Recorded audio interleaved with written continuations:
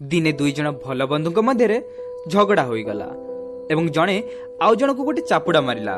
ପିଲାଟିକୁ ବହୁତ ଖରାପ ଲାଗିଲା, କିନ୍ତୁ ସେ କିଛି କହିଲା ନାହିଁ। ଖାଲି ବାଲିରେ ଯାଇ ଲେଖିଦେଲା, ଆଜି ମୋତେ ମୋର ବେଷ୍ଟ ଫ୍ରେଣ୍ଡ ଚାପୁଡ଼ାଟେ ମାରିଲା। ଦୁଇ ସାଙ୍ଗ ସେଠୁ ଉଠି ଚାଲିବା ଆରମ୍ଭ କରିଦେଲେ ଏବଂ କିଛି ଦୂର ଯିବା ପରେ ଗୋଟେ ଜଳଭଣ୍ଡାର ଦେଖିଲେ ଓ ସେଠି ପହଁରିବା ପାଇଁ ନିଷ୍ପତ୍ତି ନେଲେ। ହଠାତ୍ ଚାପୁଡ଼ା ଖାଇଥିବା ପିଲାଟି ପାଣିରେ ବୁଡ଼ିଗଲା, କିନ୍ତୁ ତାର ସାଙ୍ଗ ତାକୁ ବଞ୍ଚେଇ ଦେଲା। ଯେବେ ତାର ଚେତା ଫେରିଲା, ସେ ଗୋଟେ ପଥରରେ ଲେଖିଦେଲା, ଆଜି ମୋର ବେଷ୍ଟ ଫ୍ରେଣ୍ଡ ମୋର ଜୀବନ ବଞ୍ଚେଇଲା। ଅନ୍ୟ ସାଙ୍ଗଟି ପଚାରିଲା, ଯେବେ ମୁଁ ତୋତେ ଚାପୁଡ଼ା ମାରିଲି ତୁ ସେ କଥା ବାଲିରେ ଲେଖିଲୁ, ଆଉ ଆଜି ଯେବେ ଜୀବନ ବଞ୍ଚେଇଲି ତୁ ସେ କଥା ପଥରରେ କଣ ପାଇଁ ଲେଖୁଛୁ? ତାର ସାଙ୍ଗ ଉତ୍ତର ଦେଲା, ଯଦି ଆମକୁ କେହି ଆଘାତ ଦିଏ ଆମେ ସେ କଥାକୁ ବାଲିରେ ଲେଖିବା ଉଚିତ, ଯାହାକୁ ହାଲକା ପବନ ବି ଲିଭେଇ ଦେଇପାରିବ।